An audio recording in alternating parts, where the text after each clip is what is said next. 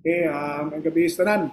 Ang atong Proverbs karon is Proverbs 21:19. Akong giluhan ang atong topic of the enemy's effective tools to destroy souls.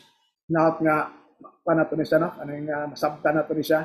So, ang atong outline, of course, ang atong proverb.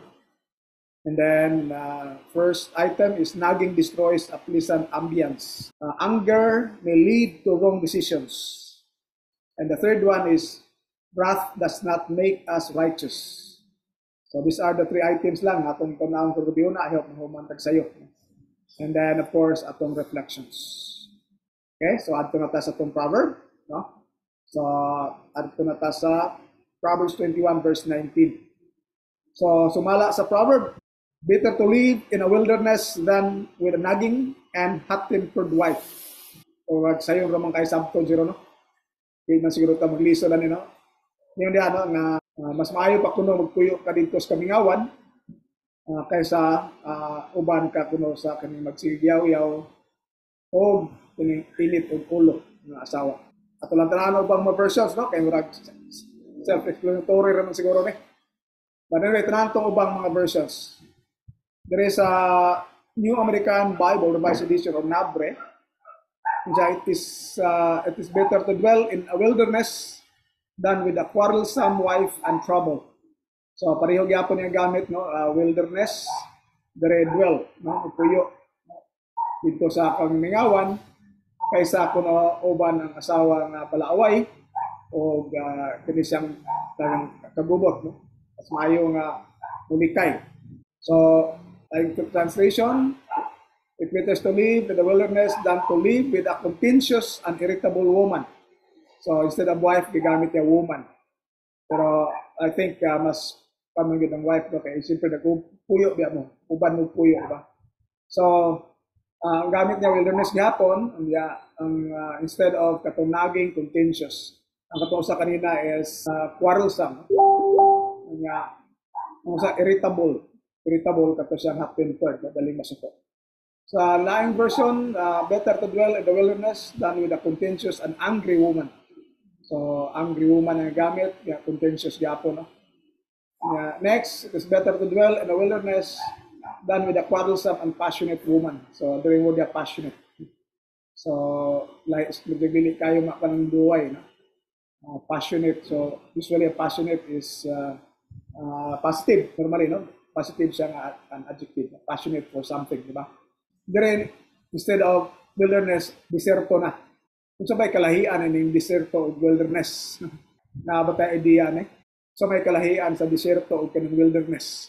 Sinamoy makita na kalahian na may idea. Kung sa may kalahian ng wilderness o kanya siyang desert.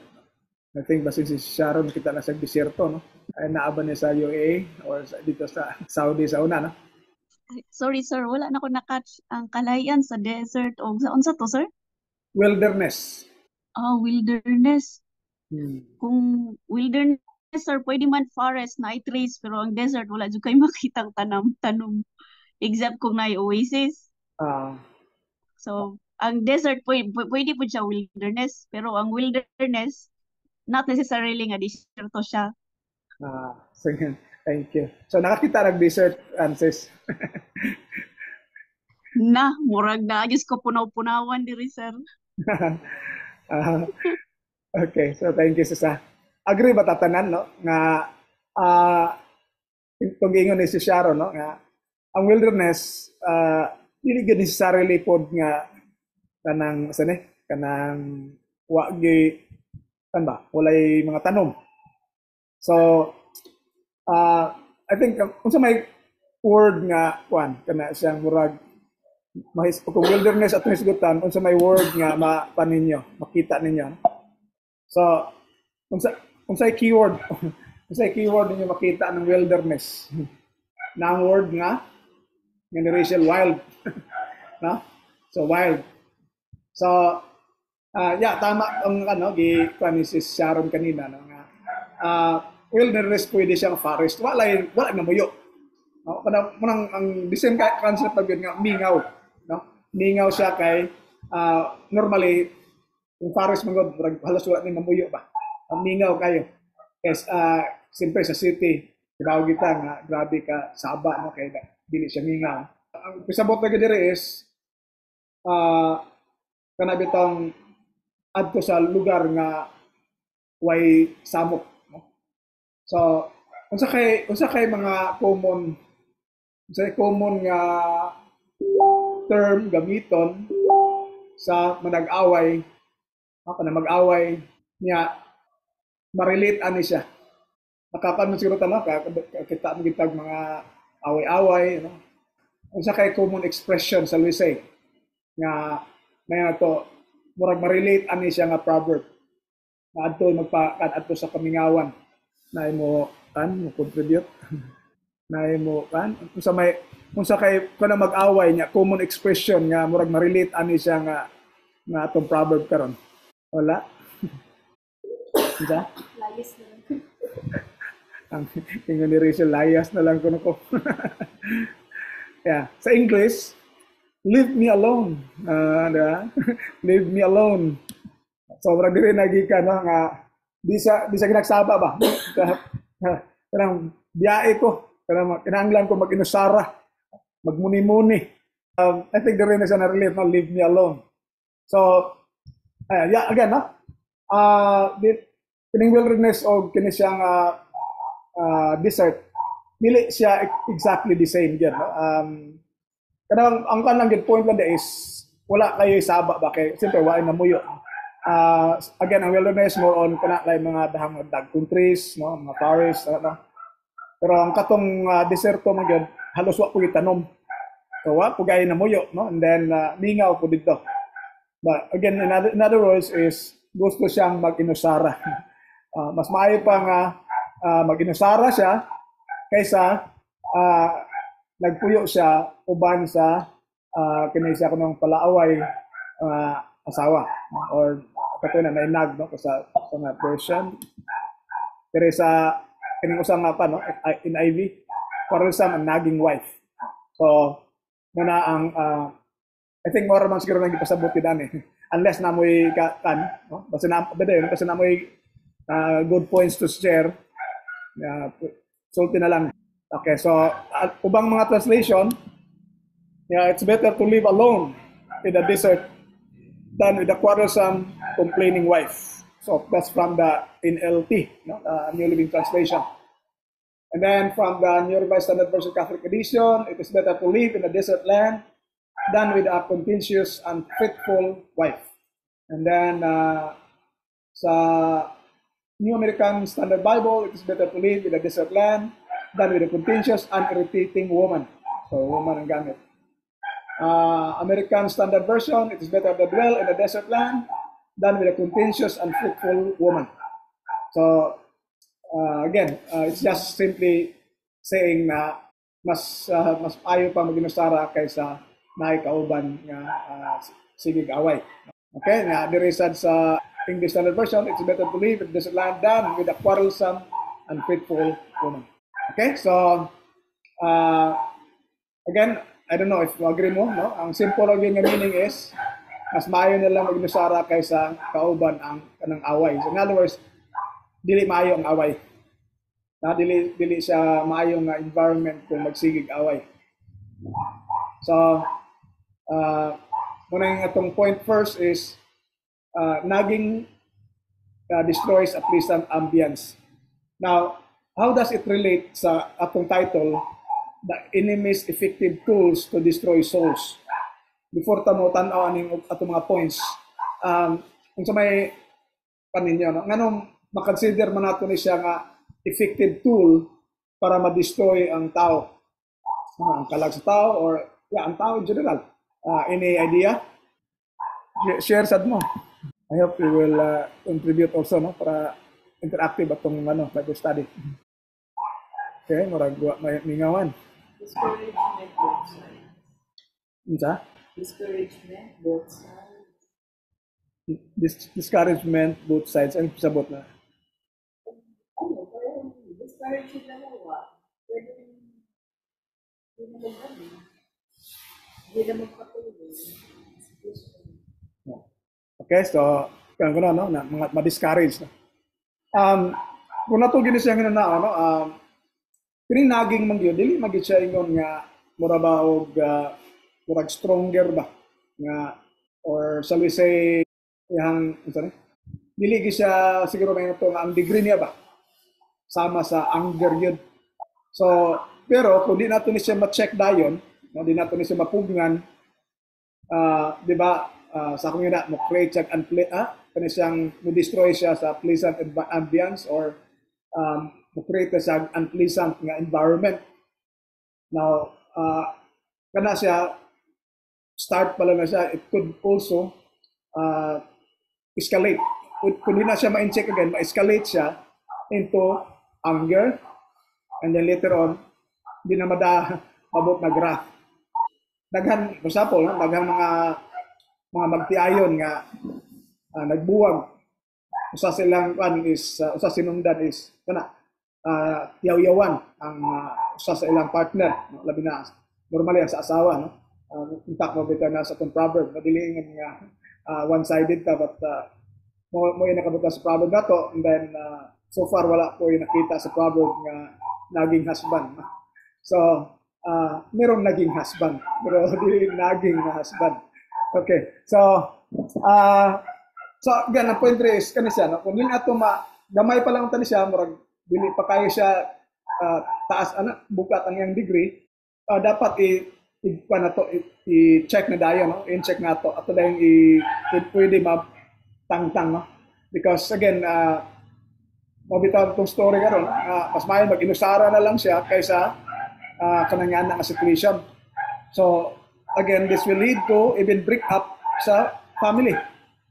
Labi na kung dili Christians ang nagpuyo, dali rin yung kayong mo result to annulment or divorce. Mo din ay resulta or separation. Kung dili lagi naman mapugnan, dili mabantayan dahil nato ni siya. So, mao ni siya akong gikonsider usa ni sa tool sa kaaway nga ma-destroy ang kinabuhi sa tao. No? Ang uban kung di nakadawat, moabot pa sa kini siyang suicide. No? Kung yan na ba? So gamay ra siya actually, pero pwede gyud nga mo trigger ngadto sa katong higher form, and then mo lead gyud to sa dili mao.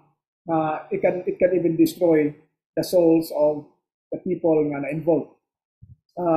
Karon there is a moment itong proverb kanina, no? So from the Hallman Christian Standard Bible, better to live in a wilderness than with a nagging and half-tempered wife. So given na siya based on Proverbs. Ato lang dugangan. Sa Proverbs 21:9, napoy I think I don't know si Bradong man siguro nag-share po ani o katubang dripping ba to ya. Basta better to live in a corner of a roof than to share a house with a nagging wife. So instead of kanto siyang wilderness, kaya wilderness normally layo, no, or like desert to, no. Kini siya just corner of a roof. I think i-discuss ni Mayo ni Brad Dong at siya mo siguro to, if I remember correctly, ang nag-discuss aning 21:9. Okay, 21:19 naman taro. So makita na to, no, nga lahi siya nga murag yung gamit na term, no, corner of the roof, which is dili siya as far good as katong wilderness or desert, but the same concept gapon nga kini siya dili gyud siya maayo na environment kung magsige na. And then kini siya, no, wala pa natin ma-discuss ni hindi an endless dripping on a rainy day and a nagging wife are alike. Dire comment ko no mo. Unsa may pasabot ani na sa unsang paagi nga kana kunong way paghunong nga nagtulo, no, kanang batang siguro atong itawagon sa atong panahon og sa atong term og inday-inday, no, inday-inday nga ulan. Pareho ra kuno sa nagging wife. Comment wala kay tayo mo any comment on that sa unsang paagi nga mapareho sila or ako ipa, no? For example, kanang endless dripping, hindi in what way nga marbit ganahan na kana ko na mapungutana kanang magsige lag murag inday-inday ang ulan nganong di man taganahan na ningaw man Hello sir, share lang po gamay sir. Sige, sige, sis. Kung endless dripping, kung i-compare sa naging wife kay, kung dili ganan ng tao mamino kay balik-balik mangod sir. Balik-balik, monotonos maura gihapon. Ah, So makairita gid siya. okay, sige. Thank you, sis, no? Thank you. Thank you, sis. Panguban mo, mo comment. Kanang sa concept of inday-inday, di ba? Unsay, di ba na times nga minta, may pa mubundak na lagkusog para human dayon kaysa mag-continuous ang ihangkan ba, no? Sigsig tulo. Ha? So, the same is true also bisag kanang di man ginamalikaya ng away ba? Pero pwede rin kita nga humag-istorya, stop na. Dili na bitaw balik-balikon. Again, dili man gyud di man nakalikayan. Di man gyud na malikayang magkaaway, labi na sa nagtiayon. Pero as much possible dili lang ta balik-balikon kay medyo dili mayo dili pa mayong paminawon ba, no? So, just like ingon ni si Sharon. No? So, but again, kini siya gamay ra siya nga form pero kung gamay ra siya degree in a sense pero mulo gina kung dili nato ni siya ma-cut short ba or ma-control, mapugan na ka na mahunong, it will even lead to break up of relationships. So, ang nindot nga panag-uban maguba tungod sa ngani nga situation. So, as much as possible, labi na as Christians, ato siyang tangki avoid. No? Kaya dili siya maayo nga paminahon. Anyway, kana gamay ra na siya arita sa ikaduha nga mas bugat ni siya na. Anger may lead to wrong decisions. Sige, mga kong example ninyo, no? Namong example, biblical or even sa kining inyo lang na-observe. Outside the Bible, for example, na anger may lead to wrong decisions. Sige, I hope mo na mo'y ka-share, no? Sa, like, pwede biblical na example na mabasa sa Bible or sa kan lang, everyday life, mo na may mga nakita, na observe nga tinuod ba ni siya? Or mga examples lang, no? Or examples nga, ang angry may lead. Pwede nga magtultol na to sa sayop nga mga desisyon, no? Sige, I hope makakontribute ang uban kay Bible study man eh. Hello? Yes, bro. Go ahead, bro. Yung kay Moises, bro, yung parang nagalit siya tapos parang pinalo yung bato and dahil doon sa ano niya is naparusahan siya na hindi siya pinayagang makatawid doon sa kanilang mamanahin na lupa. No? Okay, bro. Thank you very much, bro. No? So that's one example. So si Moses, no? Ula niya tungo siyang kalagot, siyang kasuko, iyang gibunalan ang bato rather than iyang sultihan. Na sa consequence, wa sa pasudla sa promised land. Si Rachel kanina, nagsulti po siya Moses, no? Nagsabay sila ni Bong, pero sa imo Rachel, same ra? O same ra daw ang ginahuna ni Rachel. No? Napabailain?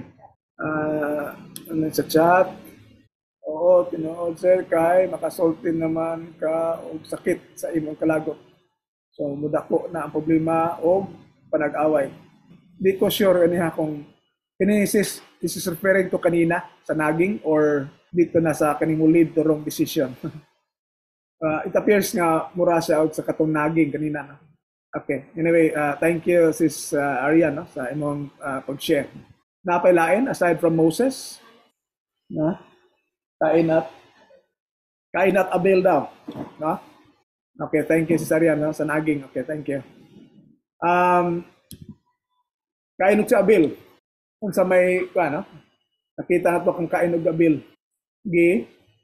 Gipatay si Abel ni Cain sa iyang kalagot. Kalagot siya nga wala gidawat sa Ginoo ang iyang halad.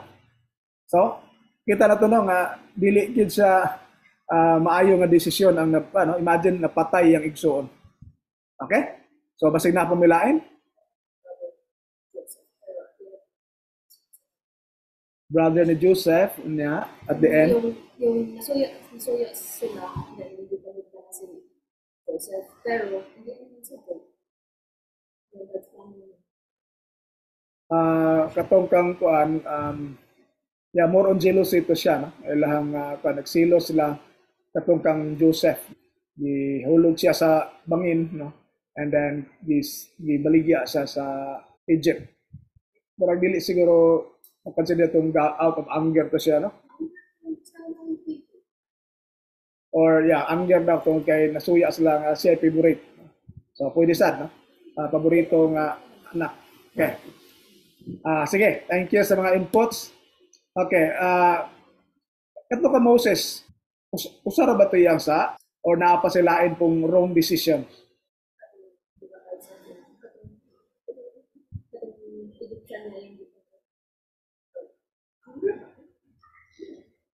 Yan, natin napatay nga Egyptian, no? So, tama na siya, no? So, of course, saya to kasuko po nga murag gidaog-daog ang kato sa mga Israelites. Okay? So, daghan example siya, no? Karita ka, so, kung si Moses, nakita na to, no? Na sumala pa sa Numbers 12:3. Now the man Moses was very meek above all the men that were upon the face of the earth. So, makita na to, no, nga si Moses kuno may pinaka-meek, no? Pinaka-mayumo, pinaka, sa ubang version, very humble. Pero, wala siya kapugong siyang anger. Nasa'y at least duha, ikatulo katong before siya gisugo sa Ginoo. Before siya nahimukan gisugo sa Ginoo. Katong ni sample ni Rachel kanina nga katong gipatay niyang Egyptian, kay nakita nga nagdaog. So kato siya prior to sa diyang gitawag siya, and then kini atong tanawon example sa panahon nga siya nagi-leader. Naklaro na gid siya ang leader nga gikan sa Ginoo.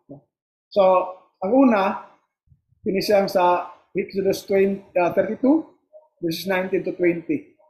So, pagbalik niya gikan sa bukid, muna ni tabo, na nakita niya nga, primero nakadungog siya, doon ay marag sadya kayo. Malipayon kayo sila, marag sayaw-sayaw. So, verse 19, so it was as soon as they came near the camp that he saw the calf and the dancing. So, Moses' anger became hot. Grabe ka suko niya. Then he cast the tablets out of his hands and broke them at the foot of the mountain. So dere makita na to, no, nga tungod siyang kasuko, iyang labay ang katong tablets nga yung dala sa siyang kamot og nabuak in town, no? So kini si Moses mo gini pinaka-advance, no? Dugar siya gamig tablets. So karon mo gyapon na nagunit mong tablet, suko gani mo, ayo kilabay kay guba gina. So dire nabugha in town ang tablets nga dala niya, ang Ginoong taga kahimo ani gisulata sa Ginoo. That's very important kani siya stone, no, na containing the commandments of God, nabuak tungod lang sa iyang kasuko. So muna usa sa makita na to nga tungod lang sa kasuko, something wrong happened. No, dili maayo ang dili maayo ang resulta. So muna, no, imagine, no, kung nasuko mo, gunit mo namoy gunitang tablet, sulay labay, di ba? Magmahay marigahuman, no? Nga nabugha na di na magamit ninyo. Ya, mahal pagraba. Diba? So, careful kita sa atong anger kay tendency na wrong decision ang mugawas. So gani dili lang putod diha sa iyang katong ihang gibuak. Iya gikuha ko nitong cup, no, nga ilaghi mo, gisunog sa kayo, gipulbos niya, unya gi-spread niya, no, sa tubig, unya ang Israelites yang gipainom ato. So I don't know kung sa sakpan ato, no, nga kung sa epekto ka to nga ang katong mga abo, I don't know kung ba ito epekto sa health sa mga tao, kaya iyang gipainom. So out of his anger, mo po na iyang giwan, buhat, pero walong takibaw kung sa epekto ani. Nagkasakit ba sila, whatever. What if nagkasakit po sila? So that's actually result of his anger. Wrong decision. Another example, katunang mention ni Brad Bong, ni Rachel. Tinisya mo sa Numbers 20, ibawta nga doon ay duha ka cases wherein nangayo sila tubig. Sa Exodus 17, 1-7, mabasa na to dito, ang ayos ng tubig, kaya walay tubig. And then God told Moses to strike the rock.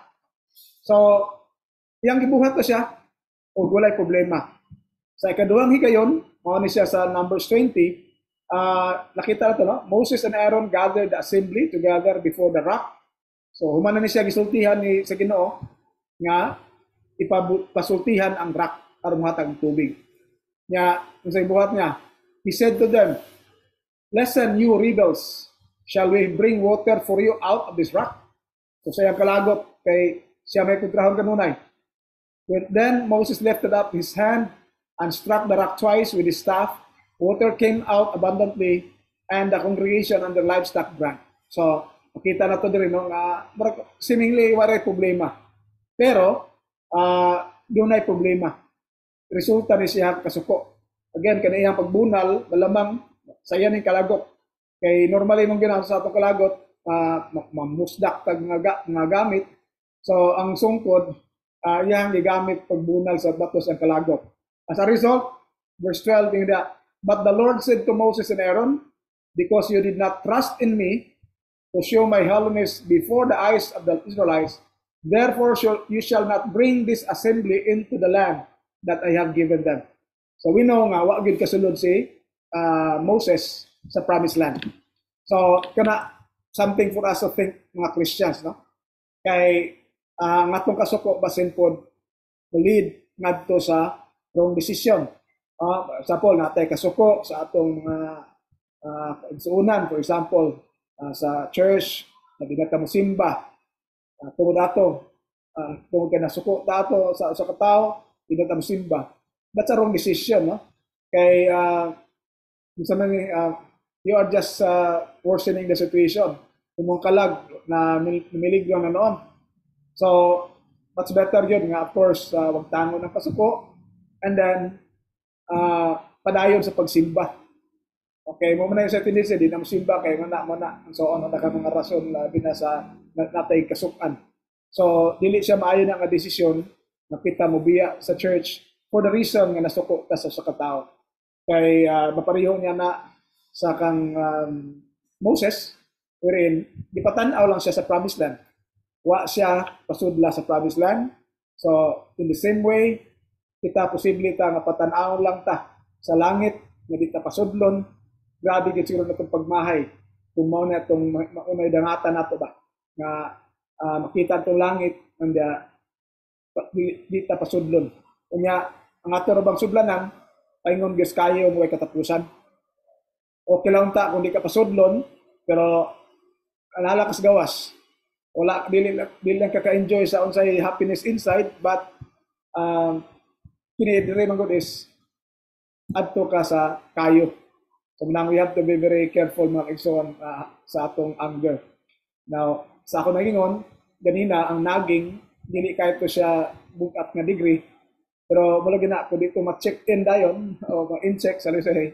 Di na to pugnan, result na sa kanang kasuko na gyud nga taman-taman, and then posibleng mo end up with a wrong decision na we will regret for the rest of our lives or for eternity. Okay? So, natay lain nga basta na po may laing hununaan nga example. Aside from this, I just use Moses. Pero yan, like kanina, si Cain daw, si Joseph, o na-ito ni Joseph. Basta na po may lain nga hununaan nga example of kining anger nga nag-lead to wrong decisions.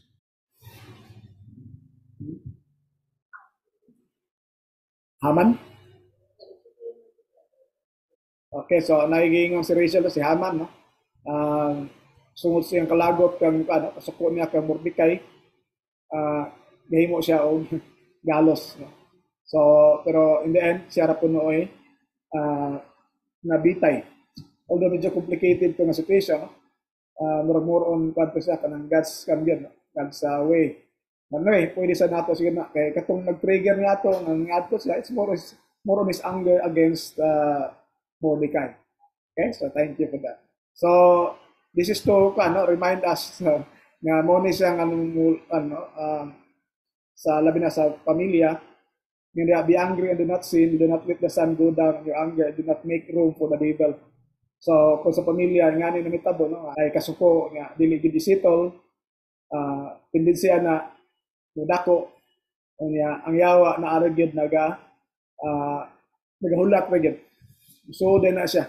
Muna nga advisable gyud no kung dunay mga kasuko dili man gyud nga dili hitabo pero dili unta will lead to sin no magkasala na noon. So ingon da isipol siya asap no anya ayaw tagai og luna ang yawa.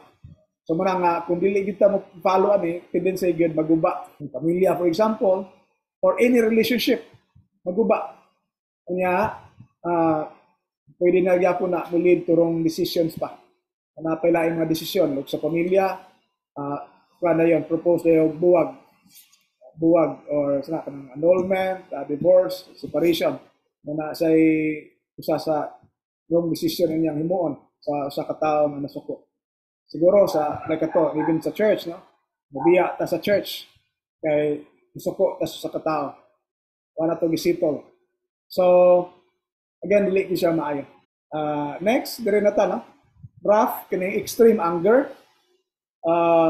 So akong kita niyo degree no. Gikan sa gamay ra nakataas, nakabugat ang iyang weight sa iyang siyang effect or sa iyang action mismo. So dire no, wrath does not make us righteous. So careful ta ani because this definitely will destroy our soul and our soul will suffer in hell kung kita dili na ta righteous in the eyes of God. So daghan man paagi no, actually dili mo kita righteous before God by our own righteousness. Kay sa Isaiah ningon mo dito nga ang atong righteousness sama ra gyud sa filthy rags. Pero we are treated as righteous by God through our faith. Okay. So kung masuko ta, mga nang wag tang mga righteous. So kibano kita no sa mga epekto sa grabing kapungot kasuko. Sana na no forever di na mo musimba. Sana so kibano ta sa effect ana. Ang yang soul ana pa impierno gyud. Diba? Or even sa mga tao no nga tungod sa ilang grabing kasuko nakapatay silang tao. Diba? Dakong sala na sa Ginoo. So again, ang young soul na-destroy or forever mag-suffer in eternity. Tungod sa iyang sobrang kasuko, wala niya gipugnan, no? Kasi magpugong siya kasuko, sangad ko sa kamatayon. Kamatayon silang tao ngayang kasukan. So, daghan kayong mga ngitabuan na kibaw kita, no? For example, kanang sa road rage, diba? Ayaw mo ba nga pagpinatsanay or sa padiha, no? Gamit pistula tungod sa iyang kalagot. So, dili gyud siya maayo, dili gyud mo gawas nga mahimutang righteous even sa mata sa tao kung mo na ito gamiton. So, diri sa Bible, ingon dire no? Ang tambag ni James. So then, my beloved brethren, let every man be swift to hear, slow to speak, slow to wrath. For the wrath of man does not produce the righteousness of God. Okay? So, klaro no? Nga ang kasuko, no? Kung grabe kapungot sa tao, dili kuno na siya maka-produce. No? Di na kahimo nga pagkamatarong sa Dios. Wala gyud. Dako negative gyud na siyang wrath. So, dili nato na siya ipaabot diha. Sa kuningon, dili man gyud, imposible man gyud ang tao hindi masuko ba? Pero naara gyud po na nato kung atong padakton. Naara nato kung atong padakton. So, mo nga nindot ang tambag, isitol dayon, isitol dayon para di po ka magdala-dalag bukat. Nga, again, kung mapuno na, buto na, siya, wrath na, bisa kung saan na nahitabo. It can even kill a person. Kill a person or persons.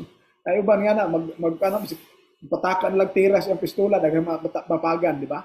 So dili gyud siya makaproduce righteousness sa Ginoo. Dito sa Proverbs 19:19, ingon dia, a man of great wrath will suffer punishment. So klaro dia gingon dia no? katong sobra kay yang kanong kalagot no yang kasuko mo end up siya nga mag-suffer yung punishment. Or if you rescue him, you will have to do it again. So kini maragubat lisod niya siya imong rescue no kay balik-balik ko gyapon dili kapugong paingon gyud sa punishment. Okay? I hope malikayan nato kini siya nga klaseng tool sa yawa.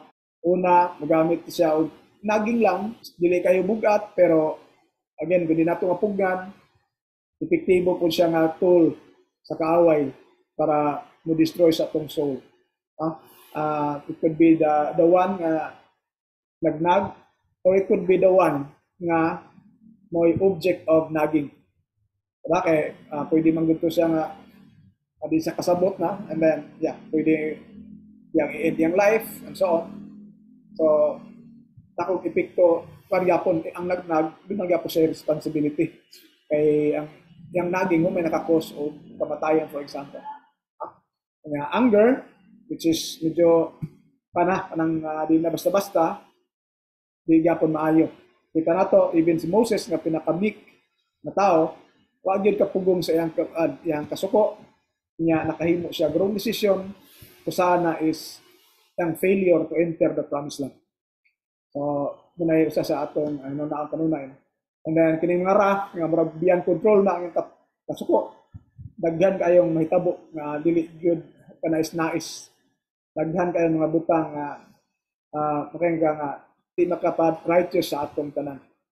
Dili siya matarong nga kinabuhi sa atong sa ato mga pagkatao. So I hope natin na fans karon no. Simple ra to nga tool o mga tools I would say. Although pwede ra to usahon ninyo, pwede sa tulo, no? Nagging, anger and wrath. Any of this again pwede siya mo destroy og souls. Kanya di ta magpadala no. Magbantay ta nga ang yawa dili unta mo guba no sa atong mga kalag malangit gyud kang tanan. Okay, sa atong reflection, since we are Christians already, have we managed to control our tendency or habit of nagging? Tendency to nag or habit of nagging. So I hope as Christians ato na unta na nga makontrol. Next, do we now understand the bad consequences of anger? So nakita na to, no? Even the meekest man na biktima wa kasunod sa promised land. So I hope mo learn ta ani no sabtang nato nga digin maayo ang kasuko. So as a result ato gina siyang sulbaron dayon. Dito siya padugayon. Ito saktong tayong bag dito sa ni Paul, be angry and do not sin, do not let the sun go down in your anger. Next, are we allowing the enemy to destroy our souls by not controlling our anger? So I hope no, as Christians ato di nato tagaag room ang yawa nga siya musunod sa atong kinabuhi. Dili siya maayo nga situation. We know that in Christ, si Christ come to give life. Ang yawa kuno is just to steal and kill. So I hope dili ta magpadala sa kaaway. We go to Christ, whatever problems we have, para natay nindot na makuha. Okay? Di ang takotog nga kaigsunan. Daghang salamat sa inyong paminaw sa mga nag-inputs. No? Si Sharon, si Malo, si Rachel, si Bong, si Arian. So, thank you sa tanan. Thank you sa mga kaigsunan nga nagapaminaw ang kapon sa pulong sa Ginoo karon.